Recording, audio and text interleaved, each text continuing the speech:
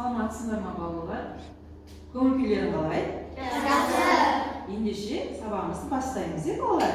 Енді балалар бүгінгі ұйымдастыру кезеңіне әр ұлттың амандасу салтын алады екенбіз.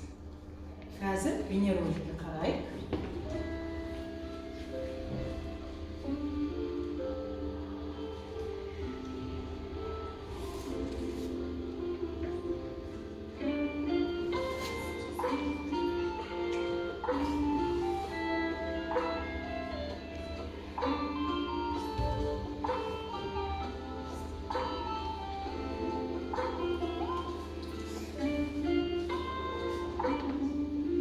Ал балалар, біз бейнероликте әр ұлттың амандасу салтын көрдік, балалар.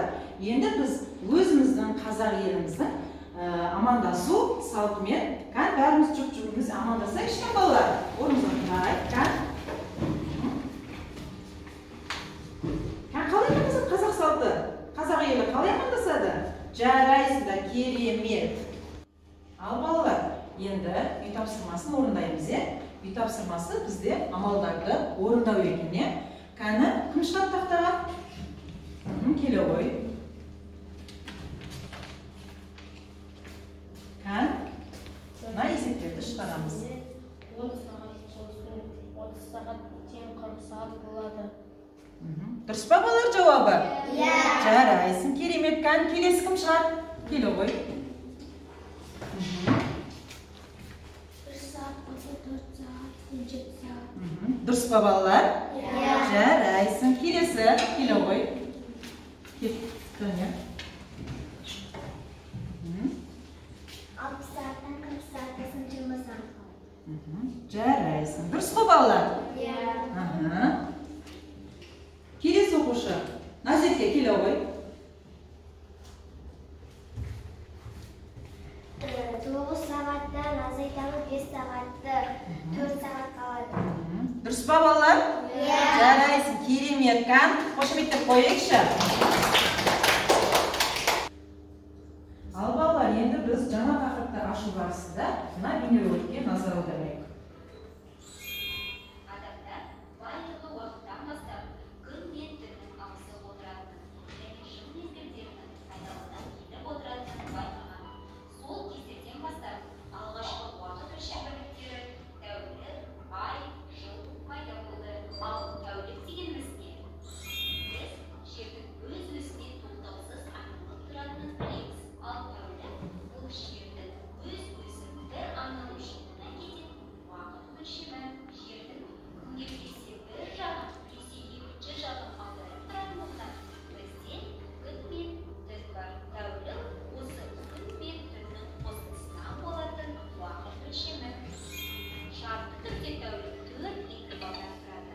Таң, күндіз, кеш және түн. Ал ресми түрде тәулік 24 бөліктен тұрады да, әр бөлігі сағат деп аталады.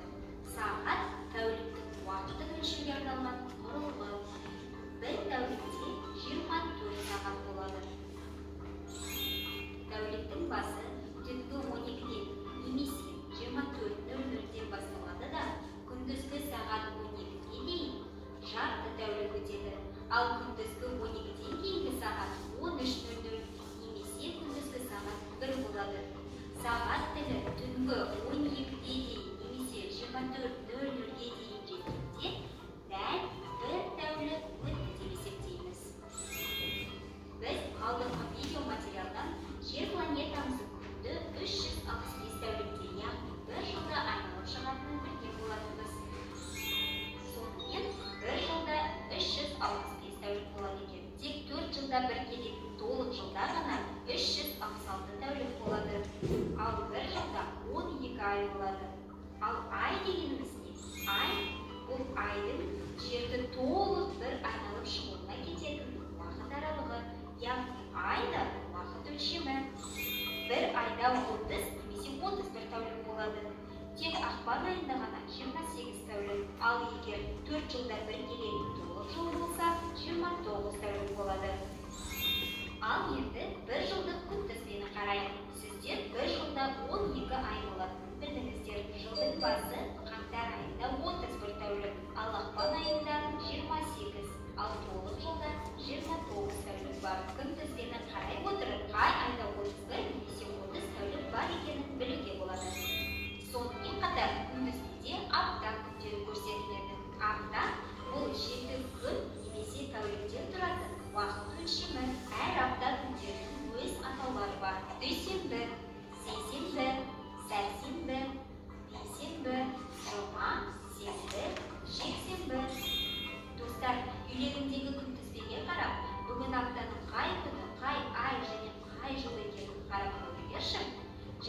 сағаттары қазір тәуліктің қай уақытын көрсетіп тұр?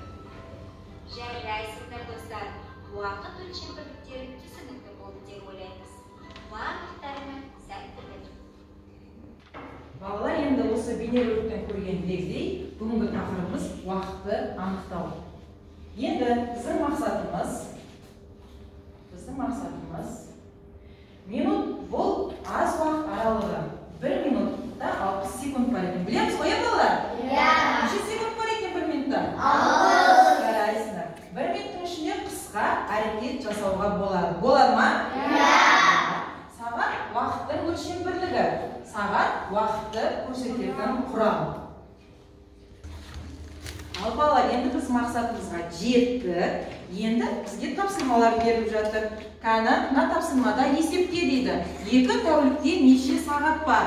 Кім шығады тақтаға? Ал бет келе ғой.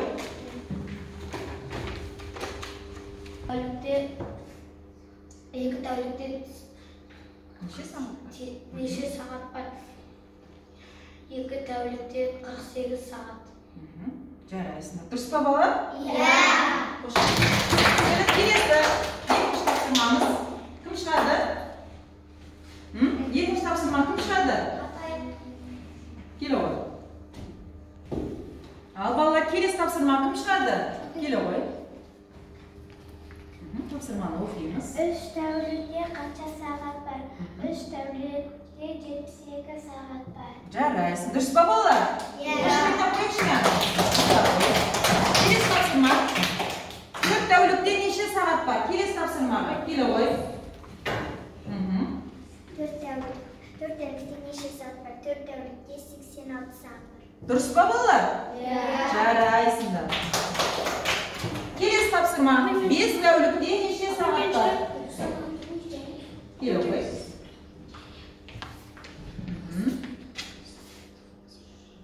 Оқи ғой тапсырманы. 5 тәулікте неше сағат бар? 5 тәулікте неше сағат бар? 5 тәулікте 20 сағат бар. Дұрыс па балалар? Жарайсыңдар. Келесі тапсырма. 6 тәулікте неше сағат бар? Келе ғой. Оқи ғой тапсырманы. 6 тәулікте неше сағат бар? 6 тәулікте қанша сағат бар? 144 сағат бар. 6 тәулікте 144 сағат бар екен. Дұрыс па балалар? Келесі тапсырма. 7 тәулікте неше сағат бар? Келе ғой. 7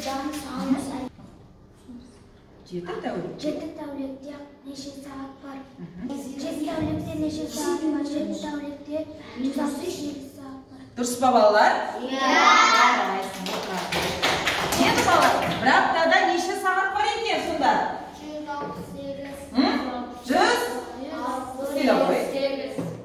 Bir haftada neçe saat var? Bir haftada 168 saat. Dürüst babalar? Керемет, отыра ғой. Ал балалар, біз тапсырманы жақсылап орындадық. Енді серпу сәтін жасайық. Балалар, кән орнымыздан тұрайық бәріміз.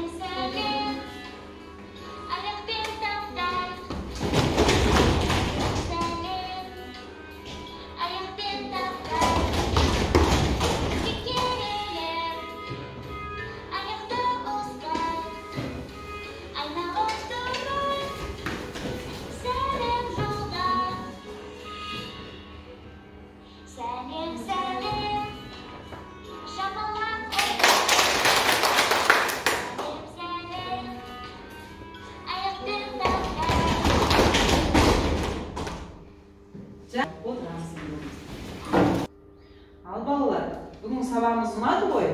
Енді кері байланыс жасайықшы екен. Егер сабақ ұнаса, бәріміз орнымыздан тұрып шапалақтаймыз. Сабақ ұнамаса, орнымызда қаламыз. Кәні? Жарайсыңдар. Бүгін сабақты керемет өттік. Мақсатымызға жеттік. Отыра қойыңдар орындарына. Барлықтарына бас бармақпен керемет деп көрсетемін. Бүгінгі сабағымыз аяқталды. Сау болыңдар.